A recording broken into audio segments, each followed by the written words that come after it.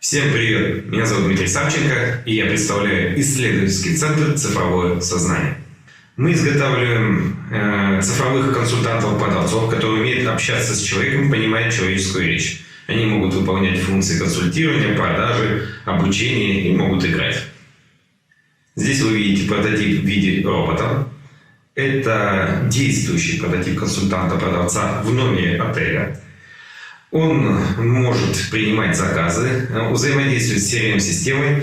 Его можно настраивать, забивая типовые ответы на типовые вопросы через Google таблицу. В качестве ответов он может использовать мультимедийный контент.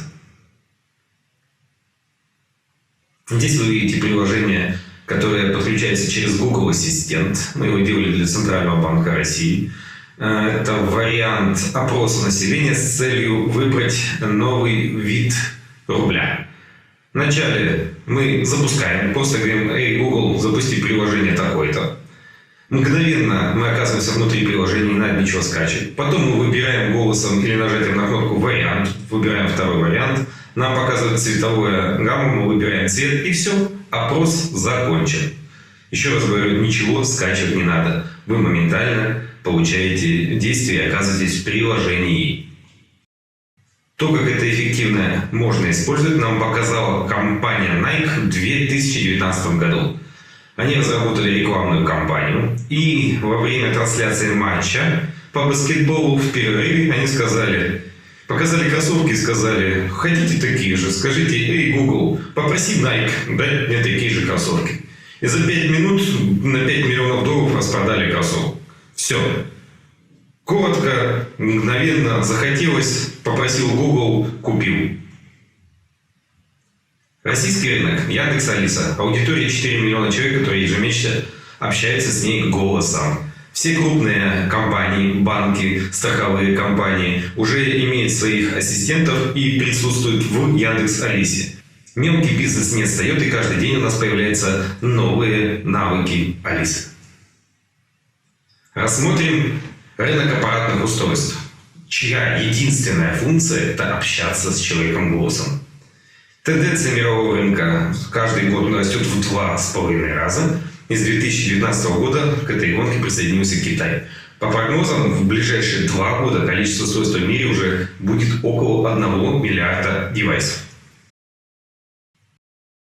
При том, что аппаратное количество устройств, которые могут общаться голосом, уже больше, чем аппаратное количество мобильных телефонов, в которых устанавливается приложением, потому что сами голосовые приложения не установлены во всех iOS и Android устройствах, плюс еще дополнительный рынок специальных аппаратных устройств, которые общаются голосом. То есть рынок больше миллиарда устройств и там, и там. А если сравнить наполнение этого рынка, то голосовые ассистенты на самом начальном этапе роста контента. В 2018 году расходы пользователей в приложениях для мобильных устройств, это рынок был 72 миллиарда долларов. Соответственно, мы можем спрогнозировать, что рынок контента для голосовых устройств будет в районе 100 миллиардов, и 80% из него будут это игры для голосовых приложений. Соответственно, если у нас аппаратный рынок растет в 2,5 раза в год, то по прогнозам рынок роста контента только в России вырастет за 4 года в 20 раз и достигнет 550 миллионов долларов. Что творится на рынке игр с голосовыми ассистентами?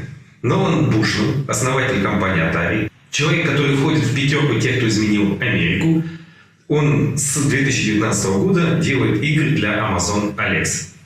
Сам Amazon Alexa платит разработчикам понравившихся им игр до 20 тысяч долларов. Единственное условие, что компания должна быть зарегистрирована в Штатах. Португальская компания, которая изготавливает голосовые игры для аппаратных устройств, в нее крупные игроки вложили 1 миллион евро в 2019 году. DriveTime – это приложение, которое развлекает водителей голосом, когда они стоят в пробке или едут на дальние маршруты. 4 миллиона долларов в них инвестировали на первом этапе. Чуть позже все основные игроки еще добавили к ним 11 миллионов долларов. 15 миллионов долларов было инвестировано в одно голосовое приложение для водителей.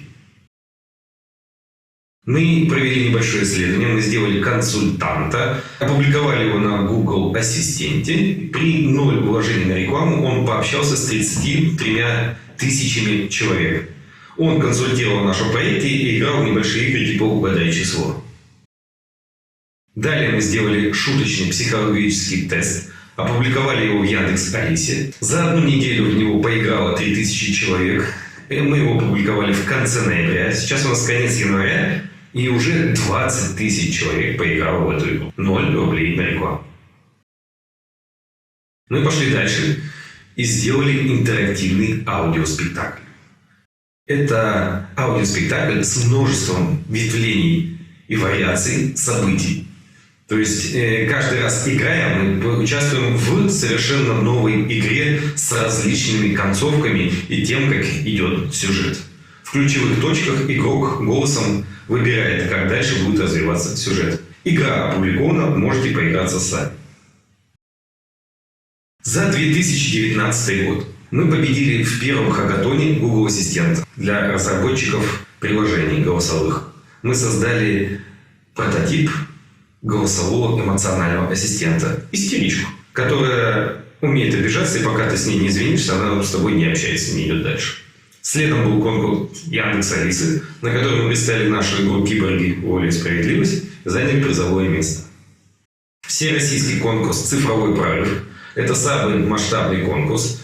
Он попал в книгу рекордов Гиннесса. На первом этапе в нем участвовало 77 тысяч человек, в финале было 3500.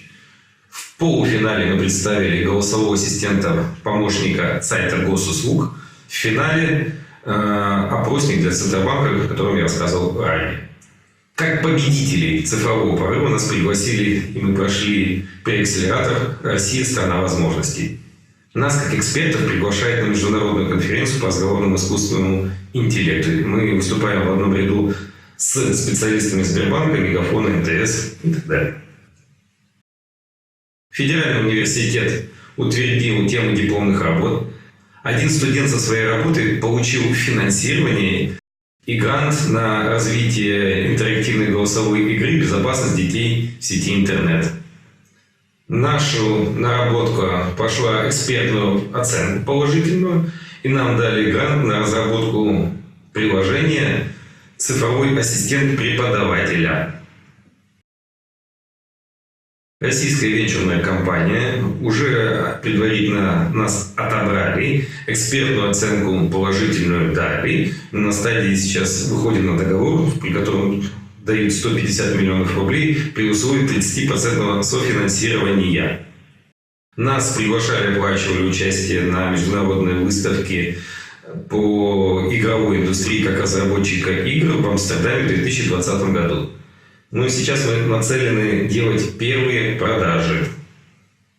Бизнес-модель показывает, что узкое место у нас – это ключевые ресурсы. И то время, которое мы потратим на изготовление ассистента, оно приблизительно одинаково, а эффект может быть различный. Если мы будем делать консультанта на заказ, мы получим от 100 тысяч рублей до 1 миллиона рублей. Если мы сделаем консультанта, который будет продавать, и нам еще будет идти процентов продажи постоянно, то это другая история. Ну и третья история – это игры. Если мы сделаем одну подсказку в игре стоимостью 8 рублей, и в игру поиграет 1 миллион человек, то за одну подсказку мы получим 8 миллионов рублей. Наша цель – это выход на международный рынок на английском и других языках. Второй наш проект – гибридный отдел продаж, позволяет в простой форме получить финансирование на первом этапе. В чем суть? Мы будем изготавливать цифровых голосовых консультантов-продавцов. Мы их очень глубоко интегрируем с CRM-системой, и все это будет работать в команде с людьми. Это позволяет в 1000 раз быстрее реагировать на потребности клиентов и в разы дешевле, чем просто использовать труд людей. В данной схеме роль для разговорного искусственного интеллекта – это выполнение функций координирования работы команды, контроль, как выполняются бизнес-процессы по ключевым метрикам, обучение как внутренних сотрудников, так и проведение обучения внешних, консультирование по продукту и сами продажи. На первом этапе мы финансирование привлекли. Следующая наша цель – создавать международную компанию, получать международные патенты, защищать те наработки, которые у нас есть. Как мы видим, впереди нас ждет тот самый голубой океан, о котором мечтают все инвесторы. Этот рынок настолько велик и так быстро развивается, что в ближайший год, 2, 3 о конкуренции здесь можно вообще не говорить. Мы полностью сформировали свою команду и все вопросы закрываем внутри. Те вопросы, которые мы не можем закрыть, мы на договорной основе нанимаем фрилансеров. Это коротко о нашем проекте и о наших планах. Будем рады совместному сотрудничеству. Спасибо.